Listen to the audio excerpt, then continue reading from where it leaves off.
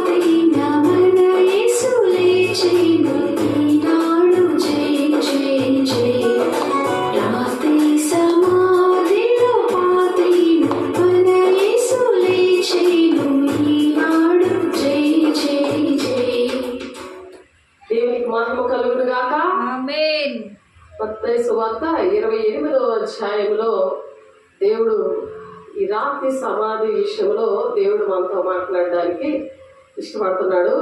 చూడండి, మత్తయి సువార్త 28వ అధ్యాయము. మత్తయి సువార్త తీయండి అందరూ కూడా, ఆన్లైన్లో ఉన్న బిడ్డలు, ఆఫ్లైన్లో బిడ్డలు.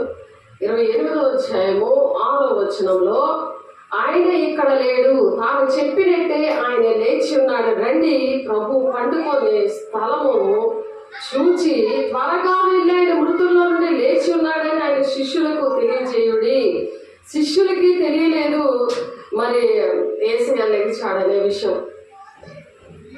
కానీ ఇదిగో ఆయన గలిలయలోనికి మీ ముందుగా వెళ్ళుచున్నాడు, అక్కడ మీరు ఆయన చూతురు, ఇదిగో మీతో చెప్పి తిని అని చెప్తున్నారు.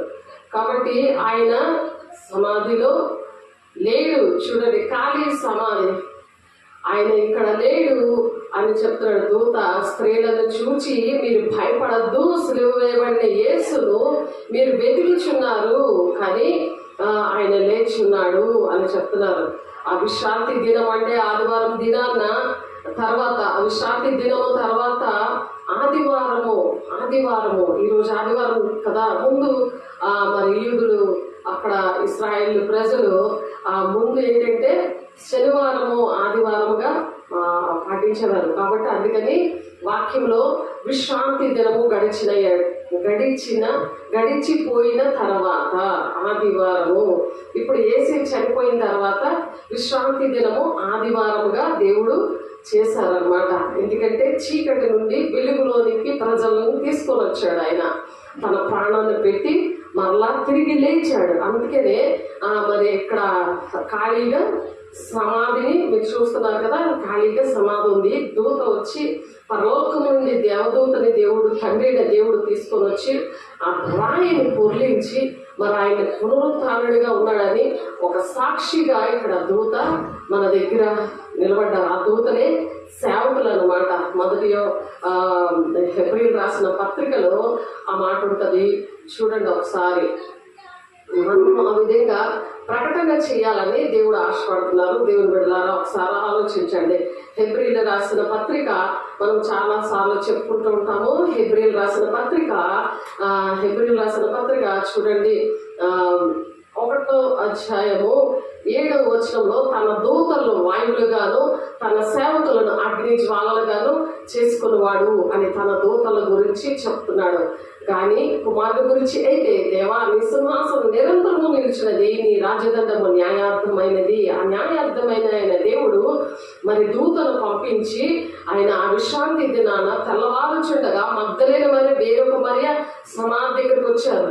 వచ్చినప్పుడు ఇదిగో ప్రభు దూత పరలోకం నుండి దిగి వచ్చి రాయి పొర్లించింది. అక్కడ పరలోకం నుండి వచ్చింది ఆ దూత. మనం కూడా పరలోకం నుండి దేవుడు మన ఆత్మని తీసుకొచ్చాడు. మన ఆత్మ పరలోకముకే మళ్ళా చేరాలి అని దేవుడు మన కోసం ప్రాణం పెట్టాడు. పునరుత్థాన శక్తి అనే మాటలు ఇప్పుడు చెప్పడానికి దేవుడు సహాయం చేస్తున్నాడు.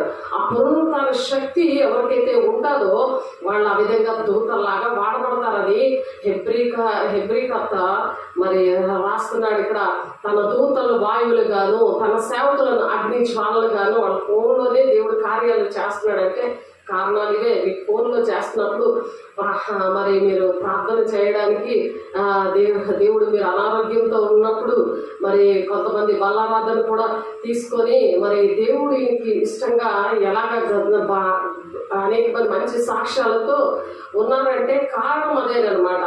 అయితే ఇక్కడ ఇదిగో ప్రభుదూత పరలోకం నుండి దిగి వచ్చి రాయి పొర్లించి దాని మీద కూర్చొని ఉన్నది. ఇక్కడ రాయి పొర్లించి దేవదూత ఇక్కడ కూర్చొని ఉంది. ఆ దూత స్వరూపము మెరుపు వలె నుండెను. ఇక్కడ దూత ఎలా ఉందంటే ఆ సేవకులు అగ్ని జ్వాలలాగా ఉన్నారంట, అగ్ని జ్వాలలాగా. అలాగా మనము పరిశుద్ధత పాటించాలంటే ప్రార్థన అందరూ సహవాసం అందు రొట్టెలు ఇచ్చడందు ఎడతెక్కున్నప్పుడు ప్రతి ఒక్కరిని కూడా దూతలాగా వాడుకుంటారు. తన సేవకులుగా వాడుకునే గొప్ప దేవుడు శక్తివంతుడు మనతో ఉన్నాడు. కాబట్టి ఆ దూత స్వరూపము మెరుపు వలె నుండేను. అతని వస్త్రము హిమమంత తెల్లగా ఉన్నాడట. ఆయన ఎలా ఉన్నాడో చూసారా? ఆ దూత స్వరూపం మెరుపులాగా ఉందంట. అతని వస్త్రములు హిమమంత తెల్లగా ఉన్నాయంట. అతనికి భయపడటం వల్ల కావని వారు వడికి చచ్చిన వారి వలె ఉన్నారు. దూత ఆ స్త్రీలను చూచి మీరు భయపడద్దు, సిలువ వేయబడిన యేసుని మీరు వెతుకుచున్నారని నాకు తెలుసు అని చెప్తున్నాడు. అలాగా కాబట్టి మనము దేవుడు దూతలుగా ఉన్నప్పుడు వాళ్ళు ఎందుకంటే కలవరం అనేది దేవుని పిల్లల్లో ఉంటుంది. ఆ కలవరము లేకుండా సేవకులుగా దేవుని యొక్క దూతలుగా వాళ్ళకి వాక్యము కరెక్ట్గా చెప్పినప్పుడు వాళ్ళకి మనసు హృదయము నెమ్మలంగా ఉంటుంది అనమాట. దేవుని యొక్క అభిషేకంతో వాక్యాన్ని అంగీకరించినప్పుడు దేవుని శక్తితో నింపబడి పరిశుద్ధాత్మ శక్తి వల్ల మరి యోహాను 14:26 ఉంటుంది. ఆయన చెప్పిన సంగతులన్నీ జ్ఞాపకం చేస్తుంటాడు. దేవుడు ఎలా నిన్ను ప్రేమించాడు, ఏ విషయాల్లో నీతో మాట్లాడాడు, ఏ విషయాల్లో నేను విడిపించాడు, అన్నీ కూడా దేవుడు జ్ఞాపకం చేస్తాడు. అతనికి భయపడ్డ వాళ్ళ కావలి వారు వడికి చచ్చిన వారు వల్ల పడ్డారు అందరూ కూడానే.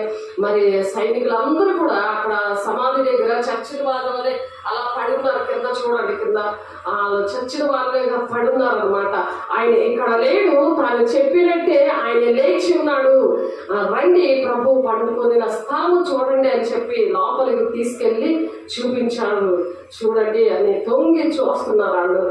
కాబట్టి త్వరగా వెళ్ళి ఆయన మృతుల్లో నుండి లేచి ఉన్నాడని ఆయన శిష్యులకు తెలియజేయుడి, ఇదిగో ఆయన గలిలలోనికి మీకు ముందుగా వెళ్ళిచున్నాడు, అక్కడ మీరు ఆయనను చూతురు అని చెప్తున్నాడు. గలిలలోనికి ఆయన వెళ్తున్నాడు, మీరు చూస్తారు అని చెప్పి లూకా సువార్త 24వ అధ్యాయంలో చూడండి ఒకసారి. లూకా సువార్త 24వ అధ్యాయంలో ఆ మాటలు ఉంటాయి.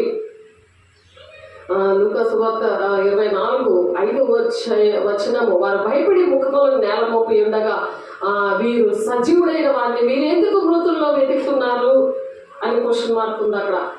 మరి ఆయన ఇక్కడ లేడు, ఆయన లేచి ఉన్నాడు. ఆయన ఇంకా గలిలీలో ఉండినప్పుడు మనుష్య కుమారుడు పాపిష్టులైన మనుషుల చేతికి అప్పగింపబడి సిలువ వేయబడి 3వ దినమున లేవవలసి ఉన్నదని ఆయన మీతో చెప్పిన మాట జ్ఞాపకం చేసుకోండి అప్పుడు వారితో చెప్తున్నారు అన్నమాట.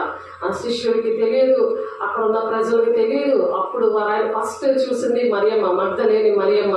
అప్పుడు వారు ఆయన మాటలు జ్ఞాపకం చేసుకుని సమాధి యొద్ద నుండి తిరిగి వెళ్ళి ఈ సంగతులన్నీ 11 శిష్యులకు తక్కిన వారికి అందరికీ తెలియచేశారనమాట. తక్కిన శిష్యులకి అక్కడ ఉన్న వాళ్ళందరికీ కూడా తెలియచేశారు.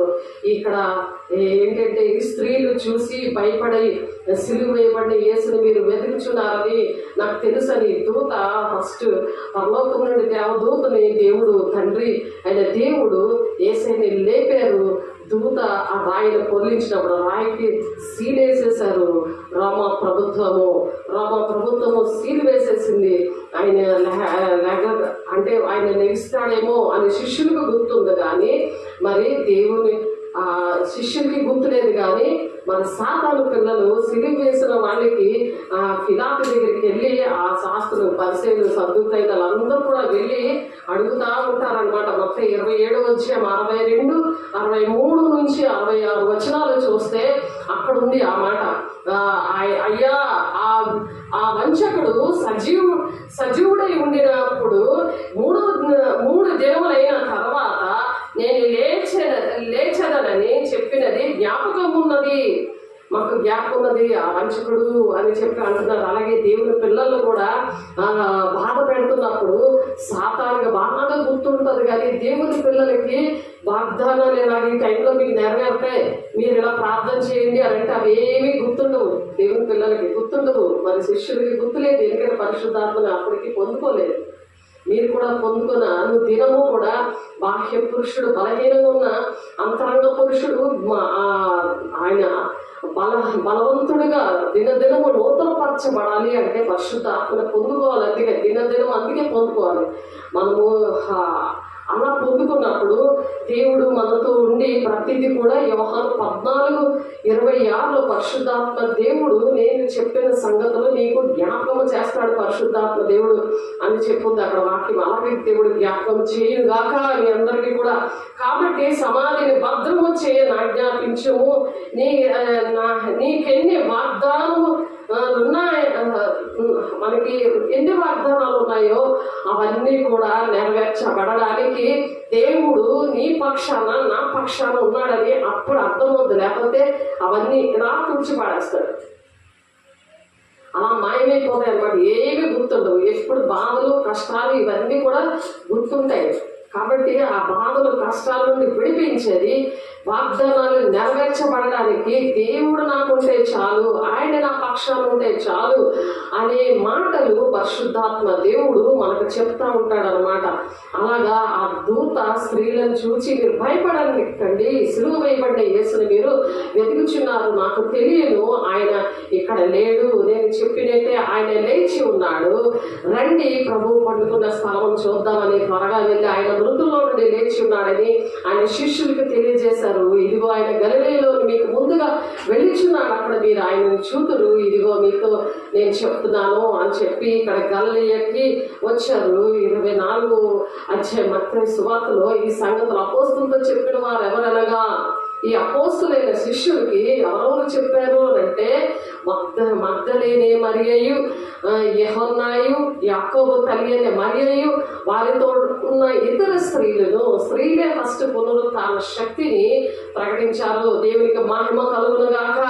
స్త్రీలే ప్రకటించారు.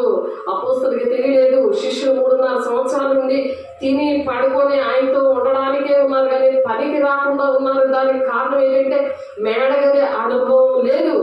అప్పటికి దేవుని ఆత్మను పొందుకోలేదు, అగ్నిజ్వాల వంటి ఆత్మను పొందుకోలేదు. ఎప్పుడైతే పొందుకున్నారో భూమిని తలకిందులు చేసే శక్తితో వాళ్ళని ప్రపంచం అంతా కూడా దేవుని సువార్తను ప్రకటించారు, దేవుని కార్యాలని వివరించారు. వాళ్ళకి దేవుడు ఏంటంటే నాకన్నా మీరు గొప్ప కార్యాలు చేస్తాడని 24లోనే ఉంటుంది. అలాగా గొప్ప కార్యాలు చేశారు. ఆయన కన్నా గొప్ప కార్యాలు చేశారు. ఆయన పోలి నడవడానికి వాళ్ళకి దేవుడు సహాయం చేశాడు. అట్టి కృప దేవుడు మనందరికీ అనుగ్రహించును గాక. అయితే వారి మాటలు వీరి దృష్టికి వెర్రి మాటలుగా కనబడ్డాయి కనుక వీరు వారి మాటలు నమ్మలేదు. అయితే పేతురు నుంచి సమాధి ఎదురుగా పరిగెత్తుకుని వెళ్ళాడు. ఇంకా స్త్రీల మాట అందుకే ఇప్పటికి కూడా నమ్మరు. అక్కడ ఉన్న ఆ ఆత్మలే ఇప్పుడు కూడా మనుషులు అవే ఆత్మలు ఎలుబడి చేస్తున్నాయి. కాబట్టి అందుకనే ఆ పరిశుద్ధాత్మను పొందుకోవాలి. పరిశుద్ధాత్మ ఏం చేస్తుందంటే వెంటనే నమ్మవారి సూచిక్రియలు చేస్తారు అంటున్నాడు కదా. అందుకనే వాళ్ళు నమ్మినప్పుడు మనం ఎవరైతే నమ్ముతారో వాళ్ళ ద్వారా దేవుడు అద్భుత కార్యాలు చేస్తాడని మత్తయి సువార్త 16:17 ఉంది. కాబట్టి అయితే పేతురు లేచి సమాధి యొద్దకు పరిగెత్తుకుని పోయి వంగి చూడగా నా బట్టలు మాత్రము విడిగా కనబడెను. అతడు జరిగిన దానిని గూర్చి ఆశ్చర్యపరుచు ఇంటికి వెళ్ళాడు అనమాట. ఇదిగో ఆ దినమందే వారిలో 2 యెరూషలేముకు ఆమె దూరంలో ఉన్న ఎమ్మయ్య ఒక గ్రామానికి వెళ్తున్నారు. ఆ ఎమ్మయ్య గ్రామానికి వెళ్తున్నాడు. యెరూషలేం నుండి ఎమ్మయ్యకి 15 కిలోమీటర్ల దూరము. వాళ్ళు ఇద్దరు కూడా వెళ్తుంటే జరిగిన ఈ సంగతులన్నీ కూడా దేవుడు ఎక్కడ లేచి ఎక్కడికి వెళ్తున్నాడు, ఇక్కడ ఎమ్మయ్య గ్రామానికి వెళ్తున్నారు. ఆ విషయాలన్నీ కూడా ముందుగానే దేవుడు చెప్పాడు, కానీ శిష్యులు మర్చిపోయారు. కాబట్టి జరిగిన ఈ సంగతులన్నింటి గురించి ఒకరితో ఒకరు సంభాషించుకుంటున్నారు అనమాట. వారు సంభాషిస్తుంటే ఆలోచించుచుండగా యేసు తానే దగ్గరకు వచ్చాడు, వారితో కూడా నడుస్తున్నాడు. చూడండి, మన పక్కన కూడా దేవుడు నడుస్తుంటాడు, కానీ అర్థం అవుతుంది చాలా మందికి. సేవకులు ప్రార్థన చేస్తుంటే నీ పక్కన ఉండి వాళ్ళు దర్శించి ప్రభా మాట్లాడేది ప్రభా అని చెప్తుంటే అసలు వాళ్ళ దగ్గరే ఉంటాడు, కానీ వాళ్ళు వినలేని పరిస్థితిలో ఉంటారు. కారణాలు ఏంటంటే వాళ్ళ హృదయము మూయబడి ఉంటుంది. కాబట్టి దేవుడు ఆ మూత వేసిన హృదయాలన్నీ కూడా దేవుడే తెరచును గాక. అప్పుడు అలా తెరిచినప్పుడే వాళ్ళు దేవుని మాట వినగలిగారు. దేవుని బిడ్డలారా, మీరు ఆ వాక్యంలో ఉంటుంది ఆ మాట. ఈ మత్తయి సువార్త 24వ అధ్యాయంలోనే వాళ్ళ హృదయాలని దేవుడు తెరిచాడు. తెరిచినప్పుడు ఆ పునరుత్థాన శక్తి ఏంటో వాళ్ళకి అర్థమైంది. వాళ్ళు వినగలిగారు. వాళ్ళ మనసులను తెరిచాడు దేవుడు. లేఖనాల భావాలన్నీ కూడా తెరిచాడు. వాళ్ళ కళ్ళు తెరవబడ్డాయి. లోకాసువార్త 24:31 ఉంటుంది. వాళ్ళ కళ్ళు తెరవబడ్డాయి. మళ్ళా 45వ వచనంలో వారి మనసు తెరవబడింది. మరి లేఖనాలు వాళ్ళకి బాధ్యతలు అనేవి అప్పుడు వచ్చాయి. 47వ వచనంలో 24-47వ వచనంలో వాళ్ళకి బాధ్యత వచ్చింది. దేవుని మాటలు ప్రకటించాలి అనే విషయాలు వచ్చాయి. తర్వాత 53వ వచనంలో ఆయన ఆరోహణమై అవుతున్నప్పుడు ఆశీర్వదించాడు. అందరినీ కూడా చేతులెత్తి అందరినీ ఆశీర్వదించి ఏం చెప్పాడు, మీరు యెరూషలేముకి వెళ్ళక మీరు మేడగదిలో మీరు వెయిట్ చేయండి. దేవుని అభిషేకం పొందుకున్నాకే మీరు దేవుని పని చేయండి. ఈ దినాల్లో కూడా దేవుని అభిషేకం పొందుకోకుండా మరి సేవ చేస్తే మరి సువార్త చేస్తే చీకట్లు పట్టి వాళ్ళకి అనారోగ్యాలు వచ్చి అనేకమైన సమస్యల్లో ఉండడానికి కారణమదే. వాళ్ళకి అర్థం కాక దాక్కొని ఉండే పరిస్థితులు. శిష్యుల నాడు ఎలాగైతే మర్చిపోయారో దేవుడు చెప్పిన మాటలు, అలాగే అలాగే వాక్యాన్ని మర్చిపోయి, దేవుడి వాగ్దానాలు మర్చిపోయి, దేవుని సేవ ప్రణాళిక, తండ్రి చిత్తం ఏంటనేది మర్చిపోయి ఉన్నారు. ఈ దినాల్లో కూడా అలాంటి శిష్యుల్ని, అపోస్తుల్ని దేవుడు ఏం చేశారు? మీరు యెరూషలేముకి 52, 53 వచనాలు ఇందులో ఉన్నది. ఒకసారి చూడండి. 52, 53 వచనాల్లో ఒకసారి చూడండి. మా లూకా సువార్త 24 అధ్యాయము 52, 53 వచనాల్లో అదే శిష్యులకి, తెలియలేని శిష్యులకి ఎలాగ తెలియపరిచాడు? వారు ఆయనకు నమస్కారం చేసి మహా ఆనందంతో యెరూషలేముకి తిరిగి వెళ్ళి ఎడతెక్క దేవాలయంలో ఉండి దేవునికి స్తోత్రం చేస్తా ఉన్నారు. వారిని ఆశీర్వదించాడు. ఆయన వారిలో నుండి ప్రత్యేకింపబడి పరలోకానికి ఆరోహణమైపోయాడు దేవుడు. మరి ఆయన బేతనియా వరకు వారిని తీసుకొని పోయి చేతులెత్తి వారిని ఆశీర్వదించాడు. ఇదిగో నా తండ్రి వాగ్దానం చేసినది మీ మీదుగా పంపుచున్నాను, మీరు పైనుండి శక్తి పొందు వరకు పట్టణంలో నిలిచి ఉండండి అని వారితో చెప్పాడు, ఆ శిష్యులతో. కాబట్టి ఈ సంగతులన్నిటికీ మీరే సాక్షులు అని చెప్తున్నాడు. అందరికి మీరే సాక్షులు. ఇవన్నీ జరుగుతున్నాయి కాబట్టి యెరూషలేము మొదలుకున్న సమస్త జనములో ఆయన పేరట మారుమనసు, పాపక్షమాపణ ప్రకటించబడదని రాయబడి ఉన్నది. ప్రతి ఒక్కరికి కూడా మారుమనసు, పాపక్షమాపణ వస్తుందని యెరూషలేములో మొదలుకొని సమస్త జనులకు కూడా మానవాళి రక్షణ కోసం ఆయన ప్రాణం పెట్టిన ఆ ప్రతి ఒక్కరికి కూడా మారుమనసు, పాపక్షమాపణ కలగడానికి ఈ దూతను పంపించాడు. దేవుని బిడ్డలారా, నువ్వు దూతగా ఉంటావా? దేవుని మాట వింటావా? దేవుని వాగ్దానాలు నీ పట్ల నెరవేరుతాయి. దేవుని ఆజ్ఞను పాటించి ఆయన ప్రేమించి ఆయన ఆజ్ఞలు గైకున్న వారిని 1000 తరాల వరకు దీవించబడును గాక. క్రీస్తు సమబడి 3వ దినం మృతుల్లో నుండి లేచున్నాడు. ఆయన మృతులు లేచున్నాడని ఇదే సాక్ష్యం అన్నమాట. వారు లేఖనములు గ్రహించినట్లుగా వారి మనస్సును తెరిచాడు 45వ వచనంలో. కాబట్టి మన మనసులు, ఎవరైతే మనసులు దేవుడు తెరవాలి అంటే దేవుడు వాక్యమును అంగీకరించి వాక్యం పట్టుకొని, దేవా వాక్యము గ్రహించే శక్తిని నాకు ఇవ్వండి అయ్యా, నా మనసును తెరవండి అయ్యా, ధర్మశాస్త్రమును చూచినట్లు మరి ఆశ్చర్యకరమైన సంగతులు చూచినట్టు నా కళ్ళు తెరువని నేను ప్రార్థన చేస్తూ ఉండేదాన్ని. దావీదు భక్తుడు అలాగే చేశాడు. నేను అలాగే చేసేదాన్ని. నాకు 26 సంవత్సరాల క్రితము దేవుడు నేను అభిషేకం పొందుకున్న దినాల్లో పొందుకున్నప్పుడు దగ్గర నుంచి నేను దాని ముందు నుండి కూడా నేను అదే ప్రార్థన చేసేదాన్ని. అప్పుడు వాక్యం బాగా అర్థమయ్యేది. ఏ విషయాలైతే నాకు దేవుడు బోధించారో ఆ విషయాలన్నీ కూడా ప్రాక్టికల్ గా దేవుడు నేర్పించాడు. దేవుడికి మహిమ కలుగును గాక. ప్రాక్టికల్ గా ఆయన తీసుకుని వారు ఎదుట వాళ్ళు ఏం చేశారంటే ఆ దేవునికి ఇష్టంగా ఉన్నారు కాబట్టి ఆయన తన చేతుల్లో పాదాలను వారు చూపించాడు శిష్యులకి. చూడండి, నేను ఆయనను నా చేతులను నా పాదములను చూడడి, నన్ను పట్టి చూడడి, నాకున్నట్టుగా మీరు చూచుచున్న ఎముకలను, మాంసమును, బోతము పొండము. కాబట్టి దాన్ని పట్టి చూడడానికి శిష్యులతోటి అలాగా చూపించాడు. తన చేతుల్లో పాదాలను వారికి చూపించాడు దేవుడు. ఆ గాయాలను చూపించాడు. అయితే వారు సంతోషంతో ఇంకనూ నమ్మక ఆశ్చర్యపరచుండగా ఆయన ఇక్కడ మీ వద్ద ఏమైనా ఉందా అని, ఆహారం కలదా అని అడిగాడు. అడిగితే వారిని అడిగినప్పుడు వాళ్ళు ఏం చేస్తారంటే వారు కాల్చిన చేప ముక్కలు ఉన్నాయి, ఆయనకి ఇచ్చారనమాట. కాల్చిన చేప ముక్కలు ఇచ్చారు. అక్కడ ఆయన దానిని తీసుకొని వారి ఎదుట తిన్నాడు అనమాట. చూడండి, 3వ రోజు లేచి ఆయనకి ఎలాగ శిష్యులను బలపరిచాడో మనము కూడా దేవుని బిడ్డలుగా పునరుత్థాన శక్తిని మనము కూడా పొందుకోవాలని దేవుడు ఆశపడి ఈ దినాన్ని ఇంకొక అవకాశం ఇచ్చాడు. దేవునికి మహిమ కలుగుగాక. అందరికీ అటువంటి పునరుత్థాన శక్తి వచ్చునుగాక. తన చేతుల పాదములు వారిని చూపించాడంట. ఎంత మంచి దేవుడు, ఎంత గొప్ప దేవుడు. ఎవరైనా అలాగే చూపిస్తారా? అప్పుడు ఆయన మీరు ఎందుకు కలవరపడుతున్నారు? మీ హృదయంలో సందేహాలు ఎందుకు పుడుతున్నాయి అని చెప్పి దేవుడు అలా చూపిస్తున్నాడు. ఈ దినాల్లో కూడా దేవుడు అపోస్తలుల బోధలు ఇదిగో ఇవి జరుగుతున్నాయి చూడు అని చూపించాడు. ఆ దేవుడు కృప చూపించే, ఇదిగో నీ జీవితంలో, ఇదిగో వీళ్ళ జీవితంలో ఇలా జరుగుతున్నాయని దేవుడు పరిశుద్ధాత్మ దేవుడు వచ్చినప్పుడు మీరు భూది గ్రంథంలో వరకు సాక్షులై ఉంటారు అని చెప్పి మనల్ని కూడా సాక్షులుగా పెట్టాడు దేవుడు. దేవునికి మహిమ కలుగును గాక.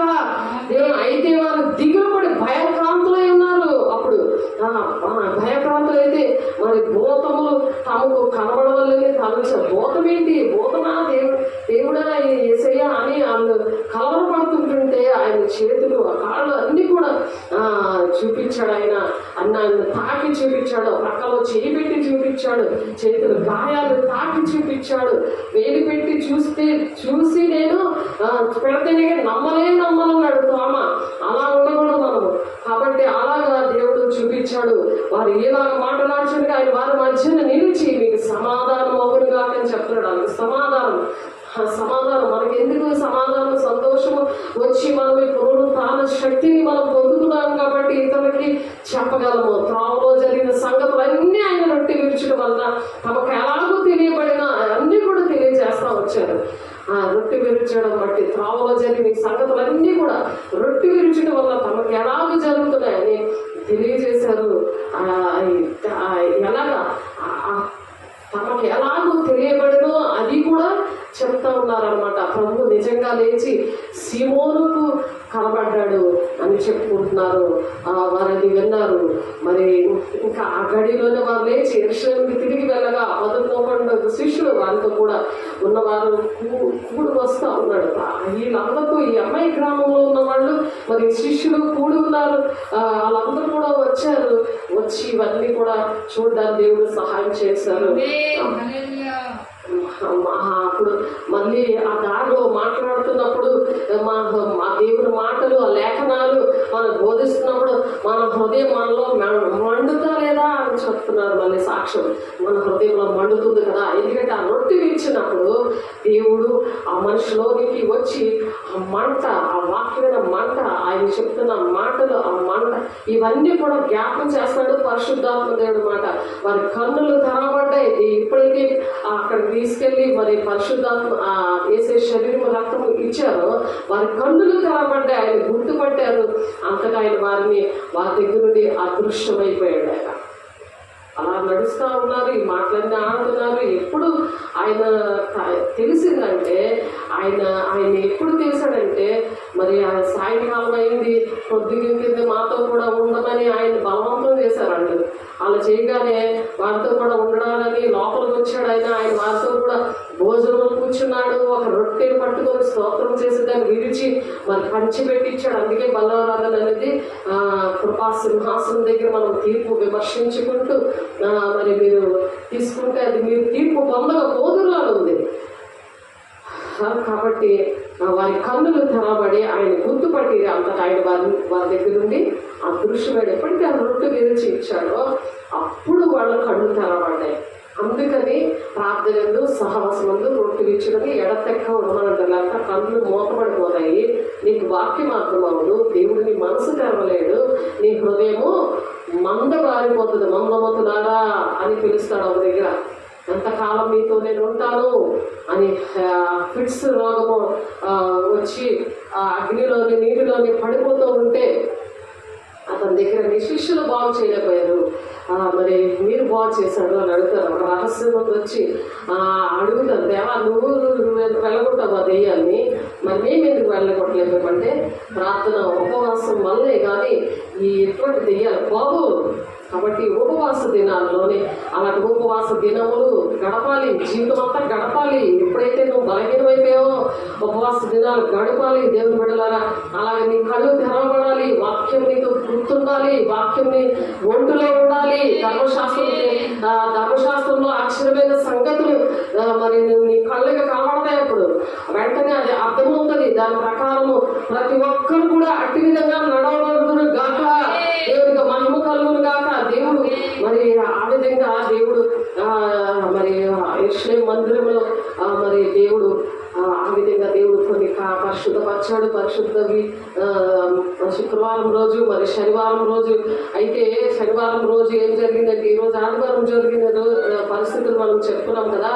మరి శనివారం రోజు ఏం జరిగిందంటే యోహాను సువార్త 19వ అధ్యాయము, యోహాను సువార్త 19వ అధ్యాయంలో ఉంది చూడండి.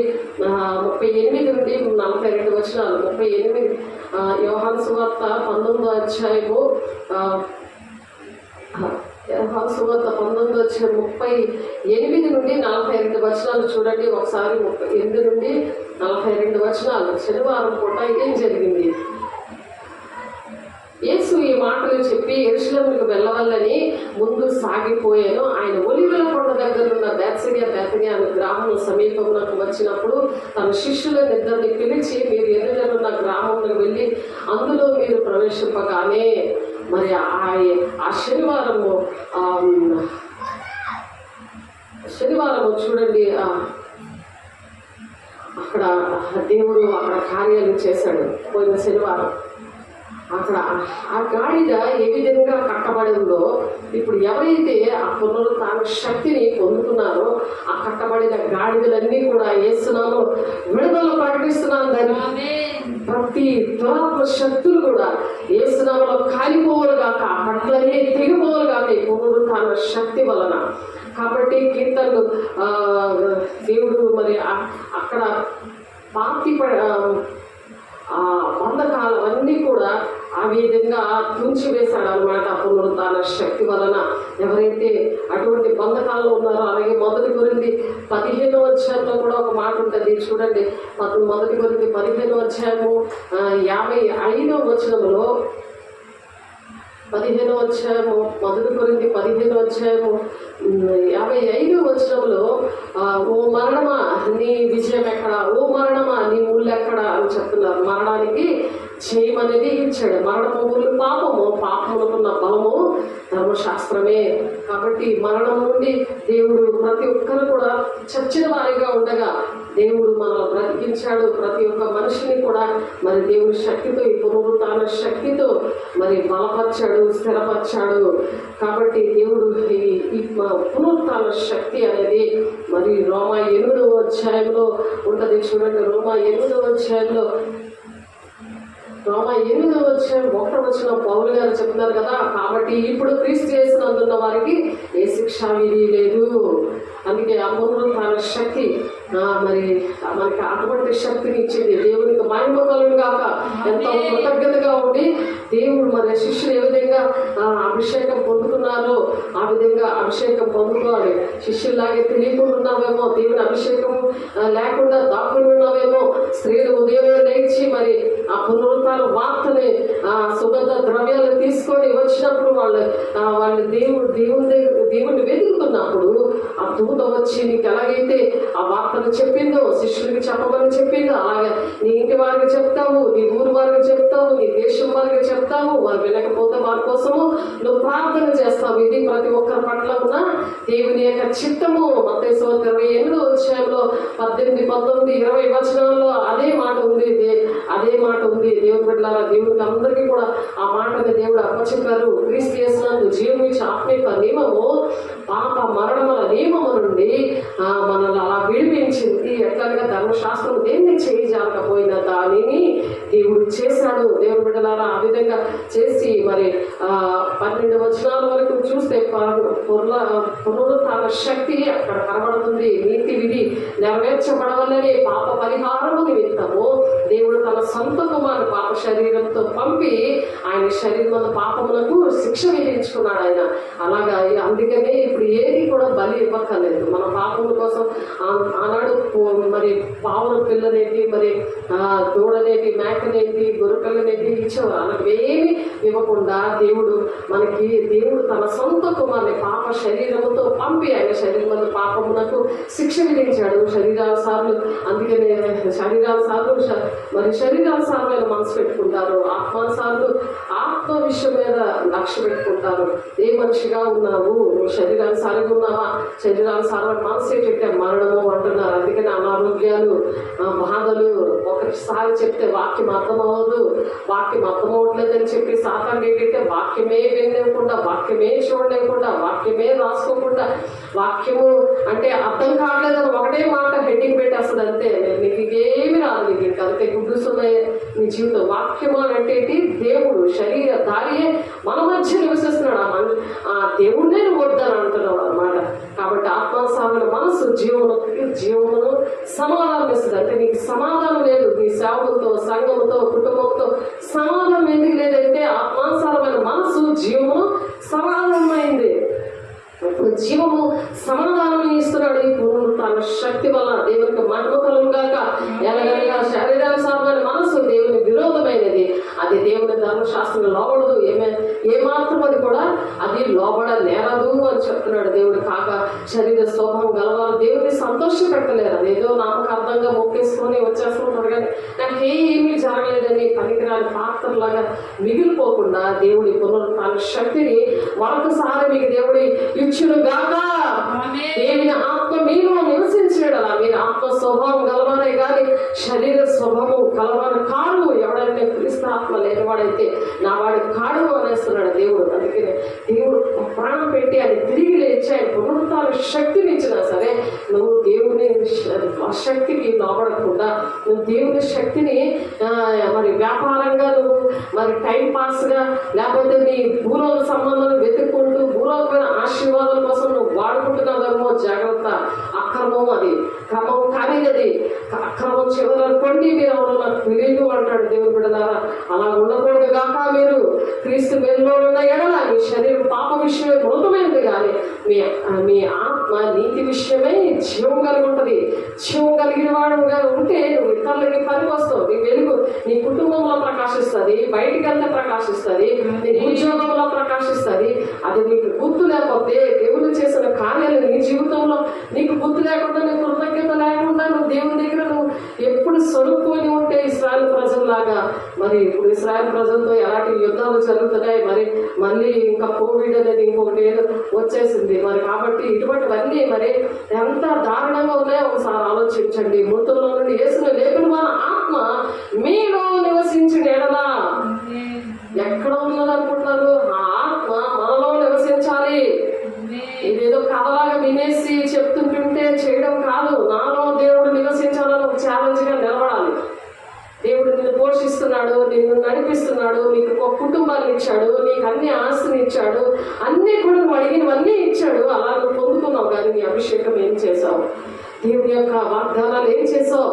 దేవుని మాటలన్నీ ఏం చేసావు? నీ గుర్తు రావాలి అని అంటే నీలో దేవుడు నివసించాలి. మృతుల్లో నుండి క్రీస్తుని లేపినవాడు చావునకు లోనైన మీ శరీరం కూడా మీలో నివసించుచున్న తన ఆత్మ ద్వారా జీవింపజేయునుగాక. ఆత్మ మిమ్మల్ని జీవింపజేయాలి. అప్పుడు మీరు దేవుడు పనికొచ్చే పాత్రలుగా ఉంటారు. దేవుడు ప్రాణం పెట్టింది దానికోసం, దూతలుగా మనల్ని తయారు చేసిన అందుకోసం. పరలోకం నుండి దిగి వచ్చిన దూతల్లాగా మనం పరలోక సంబంధం కాబట్టి చేపకి ఉప్పు అంటుకోకుండా ఎలాగైతే ఉంటుందో సముద్రంలోనే ఉంటుంది. సముద్రం అంటే లోకము.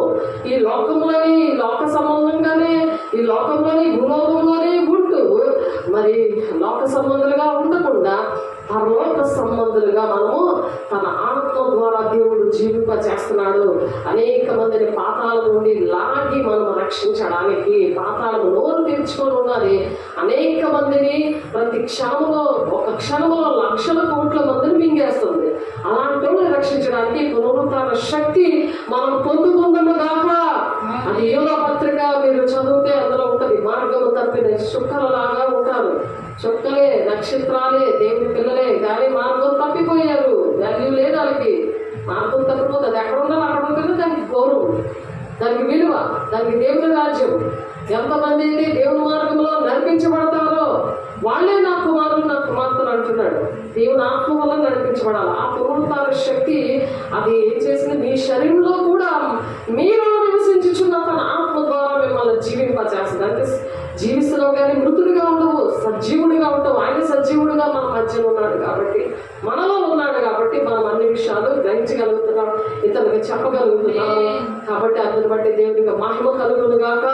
దేవుడు మరి అనేక మందికి తెలియక రక్షించిపోతున్నారు. దేవుడు ఎందుకు చనిపోయాడు, ఎందుకు పుట్టాడు, ఎందుకు లేచాడు అని క్వశ్చన్లు వేస్తూ ఉంటారు. విత్తనము చచ్చిపోతనే కానీ అది మరలా ఫలించదు, దానికి జీవము రాదు, అది అనేక మందికి దీవెనకరంగా ఉండదు. అది ఫలిస్తుంది కదా చెట్టు నిండా.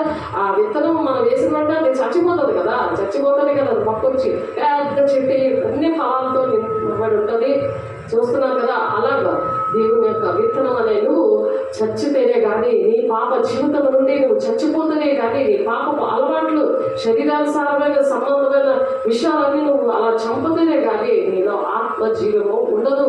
నువ్వు మానవ మనుషులు నువ్వు లోకానుసారంగా నడిచే వరకు దీన్ని నువ్వు విగ్రహంగా చేసుకున్న వరకు ఆ దేవుని యొక్క ఆత్మ నీలో ఉండదు. కాగా నా ప్రియ సహోదరులారు, మీ ప్రయాసము ప్రభువు నందు వ్యర్థం కాదని ఎరిగి స్థిరులను కదలని వారును ప్రభు కార్యాభివృద్ధి ఎన్నటికీ ఆసక్తినే ఉండండి అంటున్నాడు. ఎన్నటికీ కూడా మనం ఆసక్తినే ఉండాలి. ఎన్నటికీ కూడా నాకు ఏవో వంకలు చెప్పడం కాదు. ఏదైనా సమస్య వస్తే దానికోసం ఇదిగో ఈ సమస్య ఉంది అని చెప్పి దేవుడు పక్కన పెట్టాడు కదా. ఆ సమస్య గుండాన్ని వెళ్ళాలి. అదే నన్ను వెంబడించేవాడు సిలువనెత్తుకొని వెంబడించమంటున్నాడు. అదే దాని కారణం అదే. సిలువనెత్తుకొని ఆయన వెంబడించేవాడు, సిలువనెత్తుకొని వెంబడించని వాడు నాకు పాత్రుడు కాదు అంటున్నాడు ఆయన. కాబట్టి దేవుడు నా పక్షాలు ఉన్నాడని నువ్వు బలపరుచుకుని నువ్వు ముందుకు అడుగులేస్తుంటే ఇక్కడ దేవుని రాజ్యం కట్టబడుతుంది. నీకు ఏది కావాలో నీ పనులతో తెలుసు నీకు ఇస్తాను అంటున్నాడు మత్తయి 6:33. కాబట్టి అలాగా దేవుడు ప్రతిదీ కూడా దేవుడు ఇచ్చాడు. దేవుడు అలాగా నడిపిస్తున్నాడు. దేవునికి మహిమ కలుగును గాక.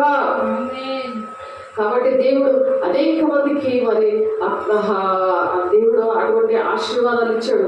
అలాగే ఎఫెసీయులకు రాసిన పత్రిక పౌలు గారు కూడా ఎఫెసీ సంఘానికి చెప్తున్నాడు. ఒకసారి చూడండి, ఎఫెసీయులకు రాసిన పత్రికలో ఎఫెసీయులకు రాసిన పత్రిక 18వ అధ్యాయము, ఎఫెసీయులకు రాసిన పత్రిక 4వ అధ్యాయము చూడండి. ఎఫెసీయులకు రాసిన పత్రిక 4వ అధ్యాయము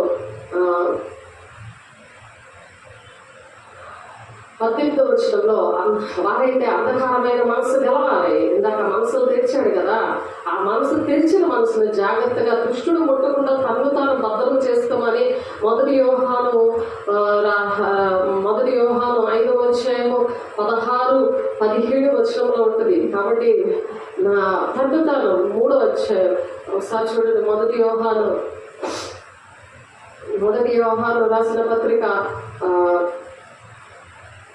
దుష్టుడు ముట్టకుండా మనము ఆ విధంగా భద్రం చేసుకోవాలి. లేకపోతే ప్రమాదం ఏంటంటే అంధకారమైన మనసు అనేది ఆ మనిషికి వచ్చేస్తుంది అనమాట.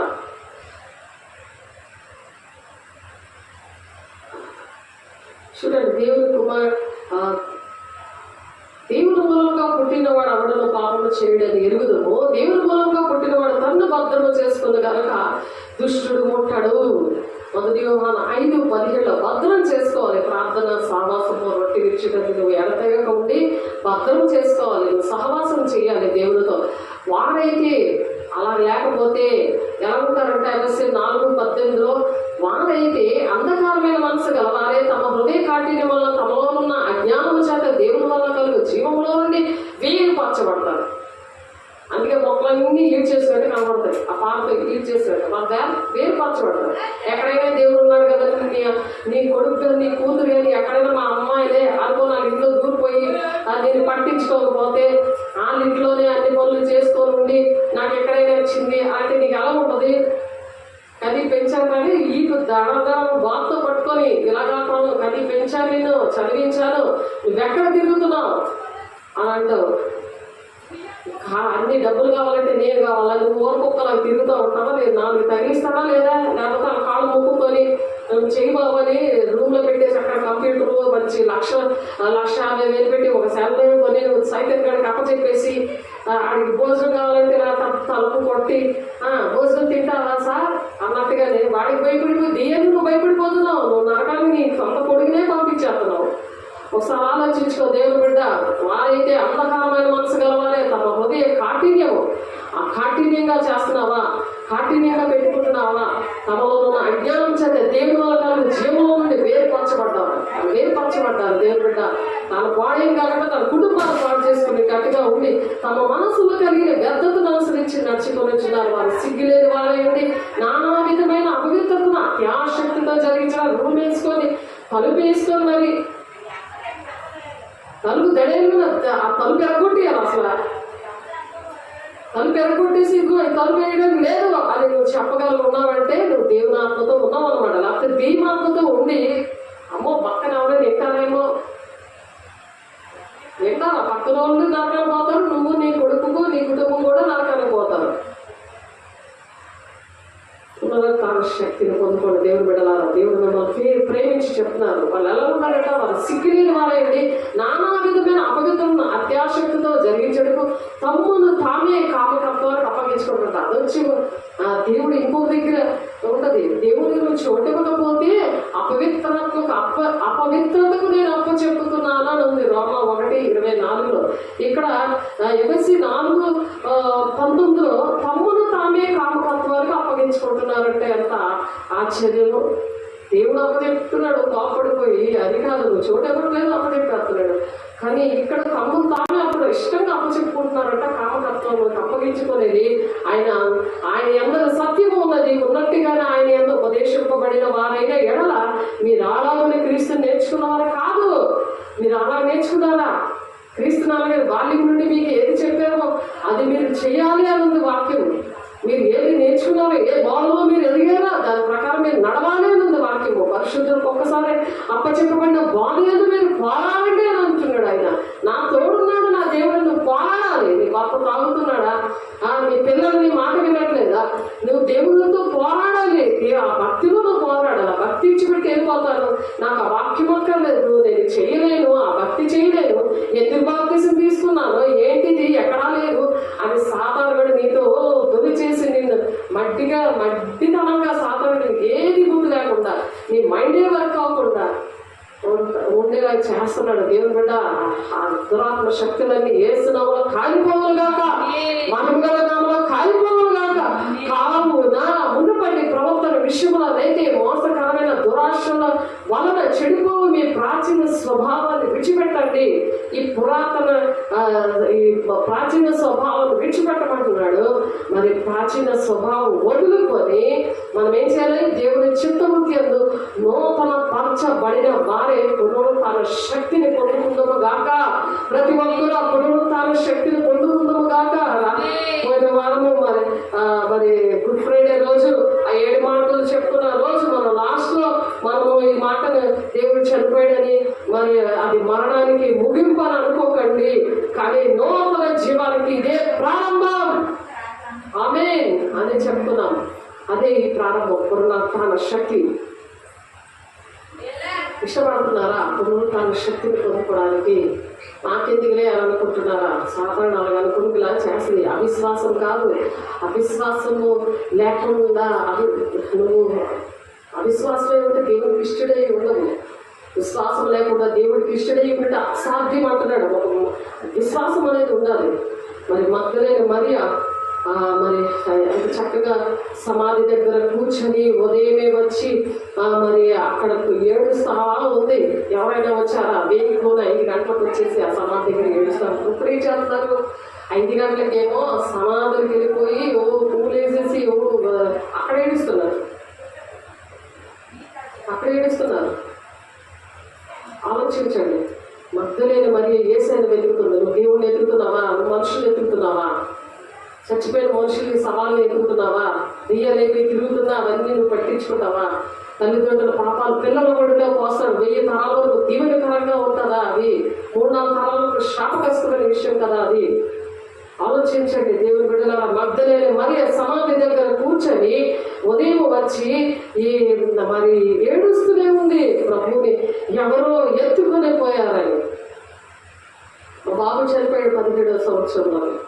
కరెంట్ షాక్ కొట్టి సాధారణ పక్కన కూడా చంపాడు. కరెంట్ షాక్ దగ్గర చేయబడుతోంది. మరి దేవుడు చూపించాడు. దేవుని బిడ్డలారా, భాషలతో మాట్లాడుతూ నేను ప్రార్థన చేసినప్పుడు భాషలు వచ్చాయి.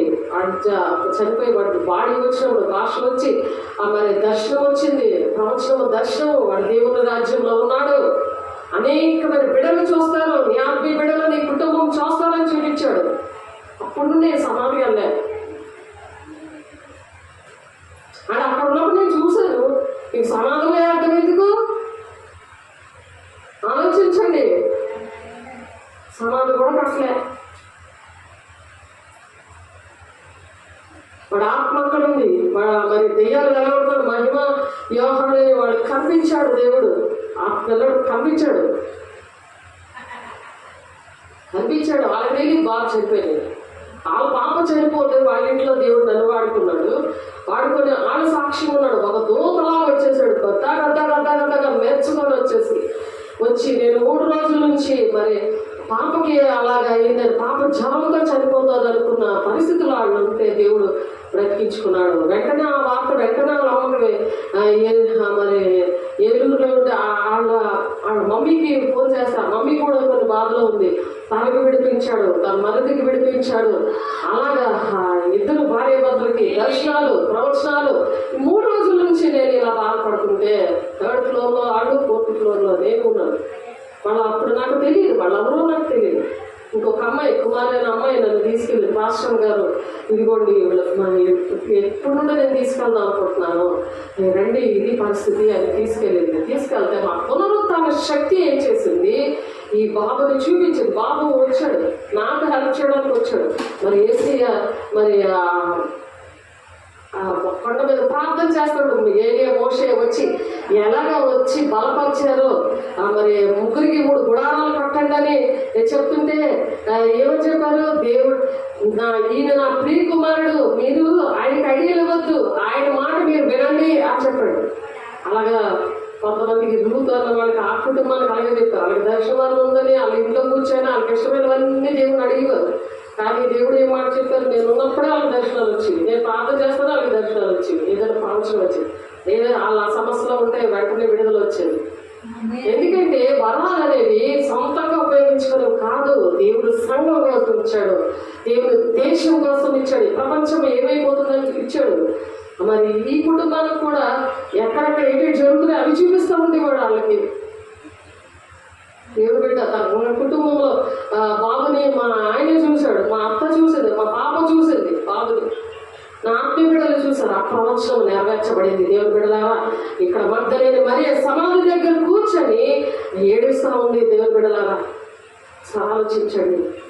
ఆ బాబు వచ్చి వాళ్ళు చేతులు వేసి ప్రార్థన చేశారు. ఇద్దరు కూడా వాళ్ళ ఆవిడికి దాన్ని నేను నీతో కలిసి ప్రార్థన చేస్తున్నాను కదా, నా భార్య భర్తలు ఇద్దరుని బాధపడుతుంటుంటే దేవుడు మరి నేను చెప్పాను, మీరు అమ్మ నా మీద ఆధారపడద్దు, మీరిద్దరు గొడవలు ఆడుకోవద్దు, సమాధానం ఉండండి, సాతానాలో చేస్తాడు, మీరు ప్రార్థన చేసుకోండి, ప్రార్థన చేయండి, దేవుడు మాట్లాడతారు అని చెప్పేసరికి బాబు మా పర్లోక రాజ్యం నుండి ఆ పరదేశం నుండి వచ్చి దేవుడు మరి వాళ్ళకి ఏంటంటే చేతులేసి ప్రార్థన చేస్తే మరి ఆ మహిమ ఆమె భార్యకి చూపించాడు. యోహానికి మరి చేతులేసి ప్రార్థన చేయి వస్తుంది, అలా దర్శనవరం వస్తుంది అని అలా ప్రార్థన చేయడం బట్టి మరి దర్శనవరం తనకు కూడా వచ్చింది. ఇద్దరికి ఏకమనసు వచ్చింది. అప్పుడు దేవునికి అప్పచెప్పాలి, ప్రతిదీ కూడా మనం దేవునికి అప్పచెప్పాలి. దేవుని దగ్గర ఆత్మీయ వరాలు ఆత్మ సంబంధమైనవి ఆ విధంగా అడగాలి. శరీర సంబంధమైన అడగడం కాదు. ఇప్పుడు శరీర సంబంధమైనవే, భూ సంబంధమైనవే, ప్రేయర్ పాయింట్లు అన్నీ అవే. మరి మీరు దేవుని యొక్క పునరుత్థాన శక్తిని ఎలా పొందుకుంటారు? మీరు సాక్షిగా భూమిగంతములోకి మీరు సాక్షులుగా ఉండండి. నేను ఏ సంగతులు చెప్పినా అవే బోధించండి అంటే ఏ విధంగా బోధిస్తారు? ఇష్టమిచ్చిన బోధలు చేస్తున్నారు, కథ చెప్పేస్తున్నారు. ఇది కథ కాదు. దేవుడు భూలోకానికి వచ్చి 3.5 సంవత్సరాలు ఎందుకు ఆ మాటలన్నీ ప్రకటించాడు. దేవుడు ఎందుకు ప్రకటించాడు? ఎందుకు చేసి చూపించాడు? నువ్వు చేస్తున్నావా? ఆ పునరుత్థాన శక్తిని ఎందుకు ఇచ్చాడు? ఎందుకు చూపించాడు? మన శిష్యులందరి మీద మీరు ఎరుషలేం వెళ్ళొద్దని చెప్పి ఆ శక్తితో మేడగదుల అగ్నిజ్వాలం అంటే ఆత్మని ఎందుకు కుమ్మరించాడు? ఎందుకు పొందుకోలేకపోతున్నారు ఆ పునరుత్థాన శక్తిని? దేవుడు మీకు అవన్నీ కూడా అనుగ్రహించును గాక. వాక్యం నూరంగా బలవంతముగా నింపబడును గాక. పేతురు 3 సార్లు పంపాడు. మరి 3 సార్లు కూడా దేవా నేను ప్రేమిస్తున్నాను, పేతురు నన్ను ప్రేమిస్తున్నాను అన్నాడు. కానీ 3 సార్లు పంపుతామంటే అప్పుడు పరిశుద్ధాత్మను పొందుకోలేదు. దేవుడి శక్తిని పొందుకున్నాక తనలో ఉన్న పరిశుద్ధాత్మ దేవుడు ఆ వ్యక్తి, ఆ పరిశుద్ధాత్మ దేవుడు అనే వ్యక్తి అలాగా నీడలాగా పడుతున్నాడు. అతను నడుస్తుంటుంటే చనిపోయిన వారు లేచారు. దేవుడు కదా ఆ పిరికి ఆయనే ఆ పేతురు. మరి ఈ స్త్రీలు వెళ్ళి చెప్తే పేతురు పరిగెట్టుకొని వెళ్ళి సమాధానం చూశాడు. ఆ మాటలు నమ్మలేదు. వచ్చి చూసి నమ్మాడు ఆ పేతురు. ఆ పేతురే ఇప్పుడు దేవుని శక్తి కలిగి ఉండి ఆయన దేవుడు రాజ్యాన్ని కట్టాడు, దేవుడి కోసం చనిపోయాడు. అపోస్తలులందరూ కూడా ఆ విధంగా చనిపోయారు. దేవుని బిడ్డలారా బ్రతుకుడు క్రీస్తే, చావైతే లాభమే అన్నాడు పౌలు. నేను క్రీస్తుని పోలి నడుస్తున్నాను, మీరు నన్ను పోలి నడవండి. ప్రతి ఒక్కరూ మనం ముందుము గాక. అలాగే తోమ కూడా 3.5 సంవత్సరాలు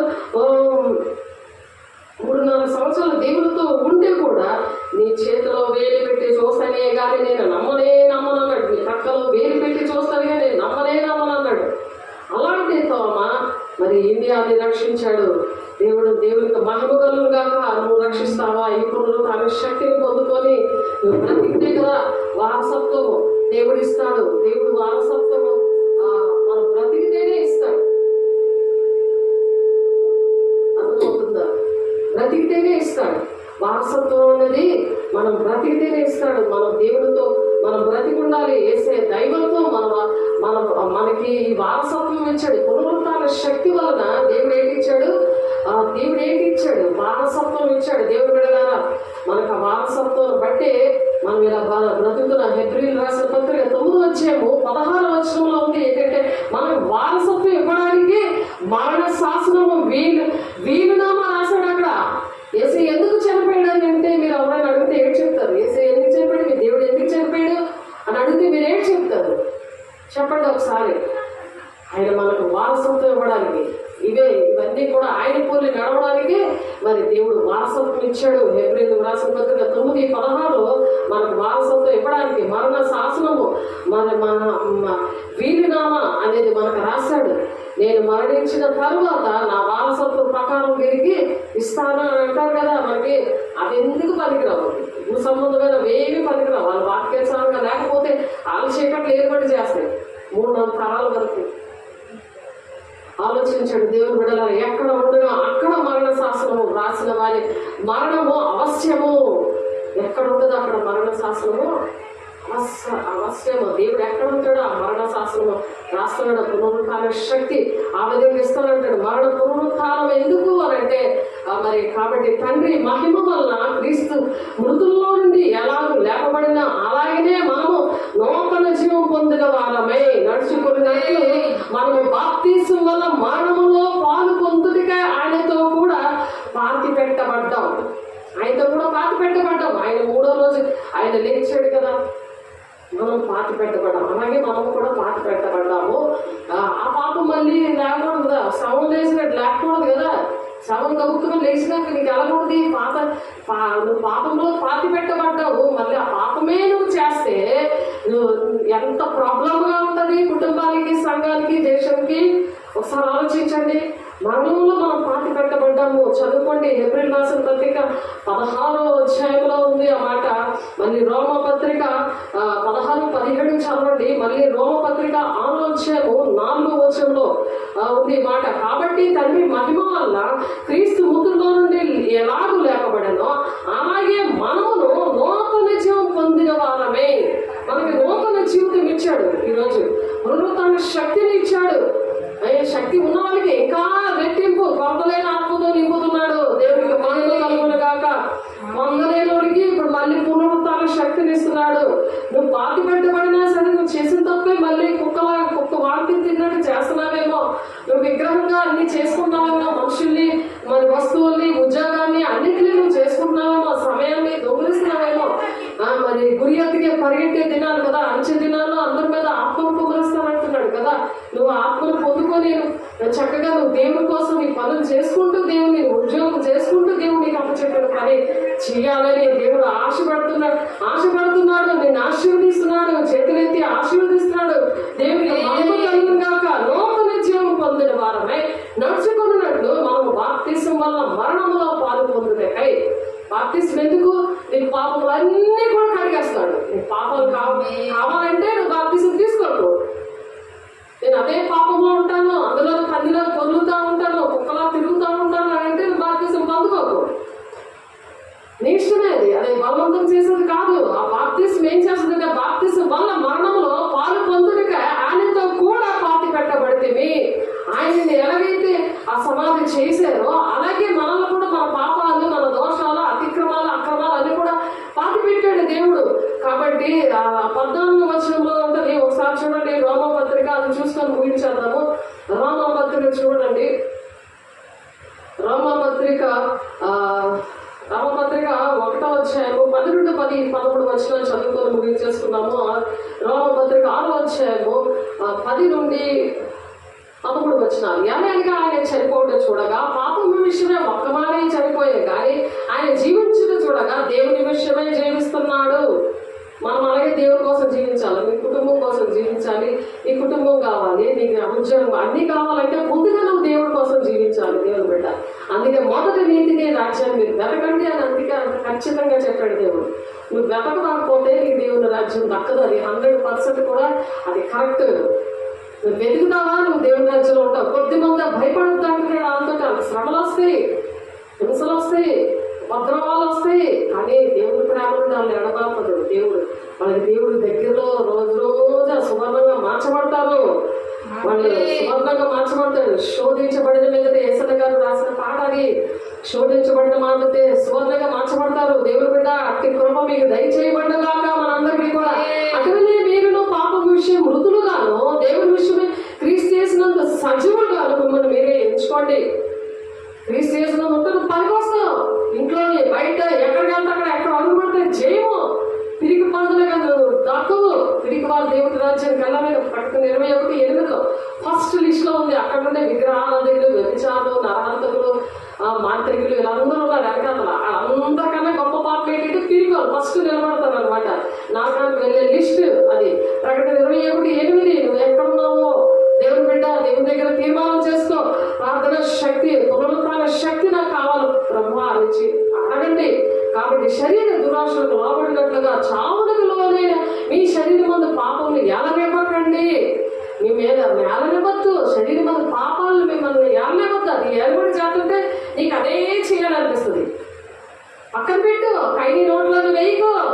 తాగకు, బూతులాడకు, అబద్ధాలాడకు. నోరిప్పితే అబద్ధాలే. ప్రతి ఒక్కరిలో కూడా మాయ చేసే పరిస్థితులు, మోసం చేసే పరిస్థితులు, మాట ఇచ్చి మాట తప్పపోయిన పరిస్థితులు ఇవన్నీ ప్రజల్లో ఉన్నాయి. మన దేవుడు ఎంత నలిగిపోతున్నాడో మీరు ఆలోచించండి. మంచిగా నాకే అంత బాధగా ఉంటే దేవుడు పరిశుద్ధాత్మ దేవుడు మీతో మాట్లాడుతున్నారు కాబట్టి. మరియు మీ అవయవాల దుర్నీతి సాధకాలుగా పాపముగా అప్పగింపబడి అయితే మృతుల్లో నుండి సజీవులు అనుకుని మిమ్మల్ని మీరే దేవునికి అప్పగించుకోండి. మీ అవయవాలను నీతి సాధకాలుగా వాడండి. అప్పుడు మీకు ఆరోగ్యం వస్తుంది. హార్ట్ అటాక్ ఏంటి, మరి యూటర్స్ తీసేయడం ఏంటి, ఇవన్నీ ఏంటి అనుకుంటున్నారు? అనారోగ్యాలని బీపీ వచ్చేయడం ఏంటి, షుగర్ వచ్చేయడం ఏంటి, ఇవన్నీ ఏంటనుకుంటున్నారు? మీ అవయవాలను నీతి సాధకాలకి దేవునికి అప్పగించండి అంటున్నాడు ఆయన. కాబట్టి మీరు కృపకే కానీ మీరు దేవునికి మనం లోనైనట్టుగా ఉండాలి. కృప అనేది దేవునికి అవసరమైనది. లోబడికి దీనికి మమ్మల్ని మీరు దాసులుగా అప్పగించుకోండి. లోబడడానికి మిమ్మల్ని మీరు దాసులుగా చెప్పండి. మీరు దాసులుగా అప్పగించుకుంటారో అది చావు నిమిత్తముగా పాపములకే గాని నీతి నిమిత్తముగా విధేయతకే గాని దేనికి మీరు లోబడరో దానికే మీరు దాసులైపోతారు. దేవునికి లోపడతారా దేవునికి దాసులు అవుతారు. దెయ్యానికి లోపడతారా దానికి దాసులు అయిపోతారు. అది మిమ్మల్ని నడిపిస్తూ ఉంటాడు. ఇది దేవుడు ఉన్నాడులే, నేను దేవుళ్ళనే ఉన్నానులే, నేను వాక్యం చదువుతున్నానులే, నేను వాక్యం చెప్తున్నానులే, నేను చర్చికి వెళ్తున్నానులే అని ఎగురుతా చెప్తాం. కానీ నీలో ఏమి ఉండదు. ప్రతి బ్రహ్మపక్ష ఆత్మ ఏర్పడి చేసేస్తుంది. నువ్వు దేవునికి పనికిరావు, మనుషులకు కూడా పనికిరావు. ఓన్లీ ఫోటోలు తీసుకోవడానికి పనికొస్తావు. నీ గొప్పలన్నీ ఇలా చూపించడానికే చూపిస్తావు అంతే. నీ గొప్పతనం చెప్పుకోవడానికి. దేవుడి గొప్పతనం నువ్వు చెప్పలేవు. చెప్పడానికి యాక్టర్ పని చేయకూడదు. మనం వేషధారిని క్షమిస్తాడు, వేష్యని క్షమిస్తాడని కానీ వేషధారిని దేవుడు క్షమించడానికి. అంత గొప్ప పాపం అది. మీరు పాపములకు దాసులు ఏంటిది కానీ ఏ ఉపదేశ క్రమములకు మీరు అప్పగింపబడితేరో దానికి హృదయపూర్వకంగా మీరు లోబడండి అంటున్నాడు. మీరు హృదయపూర్వకంగా లోబడాలి. ఏదా మీరు అప్పగింపబడింది కానీ దేనికి హృదయపూర్వకంగా లోబడ్డ వారై పాపము నుండి విమోచింపబడి నీటికి దాసులేదు. ఎందుకు దేవునికి స్తోత్రం. నీటికి మీరు దాసులేదు కాబట్టి దేవునికి మహిమకలుగా దాసులుగా ఉందాం. మీ శరీరం బలహీనతను బట్టి మనుష్య రీతిగా మాట్లాడుతున్నాను. ఏమనగా అక్రమము చేతికే అపవిత్రతగా అక్రమములకు మీ అవయవములు దాసులుగా ఎలాగో అప్పగించుకున్నారో అలాగే పరిశుద్ధత కలగాలని ఇప్పుడు మీ అవయవాలు నీటికి దాసులుగా అప్పగించుకోండి. ఆమె మీరు పాపములకు దాసులుగా ఉన్నప్పుడు మీరు నీతి విషయమై నిర్బంధము లేని వారై ఉంటుంది. మీరు పాపములకు దాసులై ఉన్నప్పుడు అంటే నీతి విషయంలో నిర్బంధం లేకుండా ఉన్నారు కాబట్టి మరి అప్పటికి క్రియల వల్ల మీకేమి ఫలం కలిగను? వాటిని గురించి మీరు ఇప్పుడు సిగ్గుపడుతున్నారు కదా. అన్ని ఆస్తి పోయింది, పిల్లల మాట వినట్లేదు, ఉద్యోగం పోయింది, భర్త పోయాడు, ఇలాంటివన్నీ కూడా మీకు అవన్నీ కూడా ఇవన్నీ వాటి అంతము మరణమే. మీరు సిగ్గుపడుతున్నారు, ఈ విషయంలో మీరు సిగ్గుపడుతున్నారు కదా. దేవుడు నమ్ముకున్నా సరే వేస్ట్ గా అయిపోయింది కదా. కాబట్టి వాళ్ళంతం మరణమే. ఆయనను ఇప్పుడు పాపం నుండి విమోచింపబడి దేవునికి దాసులైనందున పరిశుద్ధత కలుగుటకే మీకు ఫలము. మీరు ఫలంగా ఉండాలంటే మీరు పరిశుద్ధంగా ఉండాలి. ఆత్మ శరీరం పరిశుద్ధంగా ఉండాలని మరి వాక్యం చెప్తుంది కదా. 2 కొరింథీయులకు రాసిన పత్రికలో ఉంటుంది. కాబట్టి అలాగా మనం అలా ఉండాలి. అయినప్పుడు పాపం నుండి విమోచింపబడి దేవునికి దాసులైనందున పరిశుద్ధత కలుగుటకే మీకు ఫలము. కాబట్టి మరి పరిశుద్ధంగా మీరు ఉండాలని దేవుడు చెప్తున్నాడు. దేవుడు బిడ్డ ఈ పునరుత్థాన శక్తి ఏంటంటే మనము పరిశుద్ధంగా ఆత్మ శరీరం 2 కూడా పరిశుద్ధంగా ఉండాలని దేవుడు ఆశపెడుతూ 2 కొరింథీయులకు రాసిన పత్రిక 7వ అధ్యాయము 1వ వచనంలో ప్రియులారా మనకు వాగ్దానాలు ఉన్నవి కనుక దేవుని భయముతో పరిశుద్ధతను సంపూర్తి చేసుకోవచ్చు, శరీరములకు ఆత్మకు కలిగిన సమస్త కల్మషం నుండి మనల్ని పవిత్రులుగా చేసుకుందాము. కాబట్టి అలా పరిశుద్ధపరచుకుందాము. క్రీస్తు యేసునందు అలా చేసుకున్నప్పుడు నిత్య జీవము అంటున్నాడు దేవుడు.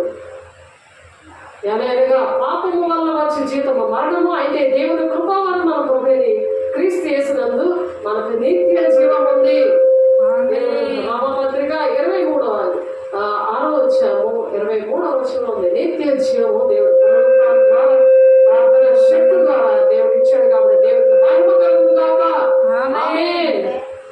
పరిశుద్ధుడా, ప్రేమ గల దేవ, మహిమ గల దేవ, అభిషేక్తుడానికి వందనాలు. పరిశుద్ధుడాన్ని ఆయన నిత్యం కొనియాడబడుచున్న దేవ, మేము పునరుత్థాన శక్తితో మమ్మల్ని నింపి ఆశీర్వదించి ప్రభా తండ్రి ప్రజలను కూడా మీరు దర్శించండి, మాట్లాడండి, మహిమ పొందుకోండి. నిబిడంతో మాట్లాడడానికి ఇష్టపడి ప్రభా మమ్మల్ని అందరినీ దీవించారు, ఆశీర్వదించారు. చేతులెత్తి ఆశీర్వదించి మేడగది అనుభవంలో ప్రభా అయా మీరు తండ్రి కొంపలేని ఆత్మతో నింపి అగ్నించాలంటే ఆత్మతో నింపి అయా నా తండ్రి బిడ్డను ఆశీర్వదిస్తున్నాను. అయా బూది గంతం వరకు నాయ మీరు సాక్షులై ఉండండి అని మీరు చెప్తున్నారు. మీకే వందనాలు స్తోత్రాలు చెల్లిస్తూ యేసే పరిశుద్ధ నామంలో బ్రతిమలాడి వేడుకుంటున్నాము తండ్రి. ఆమేన్. తండ్రి యొక్క దీవెన, కుమారుని యొక్క కృప, పరిశుద్ధాత్మ యొక్క నిత్య సహవాసం సదాకాలము ప్రతి ఒక్కరికి తోడైంది నడిపించును గాక. ఆమేన్. దేవుని మహిమ కలుగును గాక. దేవుడు మమ్మల్ని దర్శించి ఆశీర్వదించును గాక. దేవుని యొక్క సాక్షిగా నిలబెట్టును గాక. ఆమేన్. God bless you.